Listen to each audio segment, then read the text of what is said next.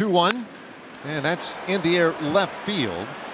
And a playable ball. Welcome back. We have a lot to talk about today. I know it's mid-May, so it might be getting bad, like bad. Jacob deGrom channeled his inner 2018. He struck out multiple dudes on your triple digits, but he had to face the Diesel, and honestly, it was as good as a duel we're going to see this entire year. And the Dodgers might win 160 games next year if he and the rest of the team can actually stay healthy for once. And that's in the air left field. What they did to the A's last night was just rude. And the Atlanta Braves, they have yet again created another monster who throws 97+ miles an hour. He strikes out seemingly everyone, and also he doesn't give up any runs. I'm just going to show each starting pitcher going 8 innings with a bunch of strikeouts, and I want you guys to guess which team won, just based off the vibes. I'm going to show Jacob going 8 innings with 7 strikeouts first, because, like, how many more times are we going to get this? 2-1, and that's in the air left It's enough field. To make a grown man cry seeing ball for Langford. deGrom be this nasty again. I don't know if we're going to get this very often, seeing Jacob go 8 innings, but maybe we are going to. Glove by So Berger. DeGrom covers the first few strikeouts were on a slider. He then broke out 99 paint. The giddy up is still in his back pocket. And a bouncer shortstop. Playable for now. Hunter Brown, the Diesel, also went 8, but with 9 strikeouts. His first strikeout was on the heater, then a sinker. Playable for now. He unleashed a disgusting knuckle curve. He kept winning with a heater. He had some changeups here and there as well. So instead, he grounds one towards the hole. Pena jump throw, and it's going to be on the money. Jeremy Pena. Just a dominant outing from each guy. But who won? Well, we have to go back to Jake Bergerer. He provided the game's only run. His solo home run in the 6th was the decider. Like, you can't really get handed a more tough and heartbreaking loss than that right there, because Hunter Brown was special. Sean Armstrong saved it. Jacob deGrom is now 4-1 on the season with a 2.29 RA. Hunter Brown, he still owns a really good 6-2 record with the I mean, this is a microscopic RA, a 1.4 RA. First strikeout. I had to show that game first, because now we have to talk about the Orioles season maybe being over in mid-May. Cedric, he's still trying his best out there. He's playing for a contract, so he better be. Deshaun Kersey, he's playing for his life. He wants to keep his job in the big leagues. That's his second big league home run. Kersey will dive! Byron Buxton, he went yard as well. He's finally healthy and ready for a 30-30 season. There's no way. Moments later, Rhea and Buxton, they both were converging on a ball in shallow center, and it must have felt like a car crash because both guys had to leave and go to concussion protocol. I'm praying that each guy's okay, because I love when the Twins are healthy and balling out. As annoying as it is for Guardians fans to see the Twins doing well, I want them at their best. That's just me. Royce Lewis made it 4-0 for Chris Paddock, who didn't strike out a bunch, but honestly, I'm sure pitchers will take 0 strikeouts if it means going 7 scoreless, feels like. Chris Paddock has been in the league for a decade now. Do you guys remember how good he was for the Padres as a rookie back in 2019? The Twins just won their 11th game in a row, so maybe that could actually give Orioles fans some hope that it is possible to bounce back. The Orioles, with this L, they dropped to 15-27 after losing 3 in a row. Can they go on a crazy streak like the Twins and save their season? Screw up their entire championship window? I'm not even just talking about this season anymore. Mike Elias completely just screw things up, because Tyler O'Neill has been a bust so far. We've got good rosters. We've all got good. Gary Sanchez, he's 3 for 30. He's been a waste of money. Charlie Morn, Dean Kamer, Cade Poe, all of these guys are underperforming. Same with, I don't even know if Charlie Morton's underperforming. He's just old. Same with Kyle Gibson. These guys are making a ton of money to basically be useless in the starting rotation. So, what needs to happen? Do we think that Mike Elias needs to take accountability and make some trades and try and fix this? Or should the Orioles just say, you know what, Mike, you tried to be the anti-Des. We're resetting. You're fired. We just saw back-to-back low-scoring games.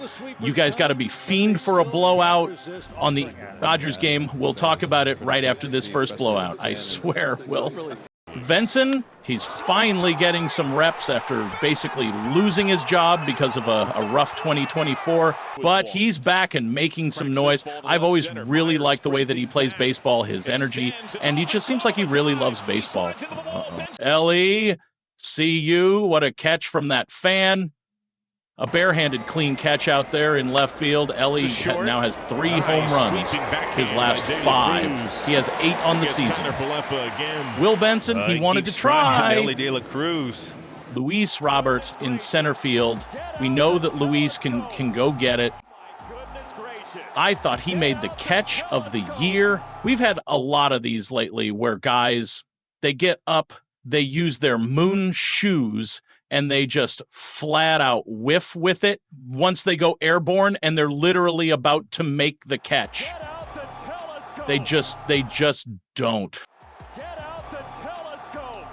So with Ellie's double play partner, Matt McLean. Matt McLean, please, more of this. I actually have my hands in a praying position. I need the baseball gods to allow Matt McLean to go off. This was his first 2 extra base hit game in nearly a month. I got to get him going. Nick Martinez, he was awesome. Bunch of soft contact here and there. He goes 7 shutout with 2 base hits, no walks. Just an easy-peasy game. Cincinnati, they need a run like the Twins if they don't want to get left in the dust. Because, yeah, that division's going to be tough. There were 19 runs total in this next game. I'm going to try my best to not miss anything after. Max Fried mashed 1. MLB Central, good morning, Max. Thank you for being with us. Good morning. Thanks for having me. The goggles are doing wonders. He has back-to-back games with the home run. And I guess he just found out that he has astigmatism, so he really needs these prescription glasses. And now it's time to watch. Aesong Kim's the rookie, absolutely fly on this Mookie Singh. Kim Kid is going to be a legit cheat code for the Dodgers. I mean, just the fact that he's a 9-hitter doing stuff like this on the regular, it's not fair. And quickly. Rookie Dalton Rushing, who was making his debut, he had an awesome first 2 plate appearances. He took a walk. Then he had his first big league base hit that was 110 MF off the bat. He can move for a catcher as well. Hes Kim, he drove him in on an opposite field knock. And staying with Oppo knocks. How about a 3-run Oppo? Inside the line. Taco Ohtani on his own bobblehead night. I mean, now this guy, what did they feel? He just became the first player. Fernando Tatis Jr. in 2021 to have 15 home runs and 10 stolen bases, I think, in the first 42 games of their season. James Outman. This was not off a positional player, so I am going to show it. It's the second of the season. I had to clarify because it got so bad for the A's that they brought in a positional player who actually struck out. Ohtani, he surprised Shea with that 89-mile-per-hour fastball up in the zone. I don't know how anyone is going to beat this team when they're fully healthy now that Andy Pies and Hes Kim are contributing. Who's going to be sent down? Is it going to be Kim? A.J. Smith's shaver kid is going to be a problem, isn't he? He's probably going to be a 3 or 4 starter. When Spencer Strider comes back, he had 2 strikeouts on the splitter early in the game, and the offense, they took a bit to get going, but at least they scored it all. Drake Baldwin is hitting 360 with a stupid 171 OPS plus. C.J. Abrams, I do want to talk about him because it was really like one of 2 highlights for the Nationals. This was his 8th home run. It wasn't really much of a game, though. AJ stuff super quick because he goes 6 innings, 0 earned runs, 6 strikeouts. He has a 1.5 year rate with 30 strikeouts his last 5 starts. I got a question, though.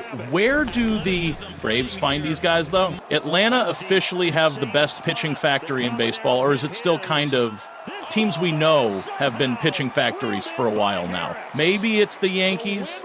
I don't know which team has the best pitching factory in baseball. I didn't know this, but Josh Lowe is back, and he saw the other guy with his last name, but his name is Feltitz, L, but his name is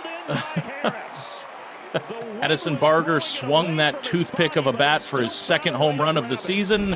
He has the elite of the elite bat speeds. Brandon Lauo hit one very far and high. That is a 2-run home run. Rays are 20 and 23, but they have a lot of production coming their way. Jeremy with a great play at short. Thanks for watching. We will met soon in next video.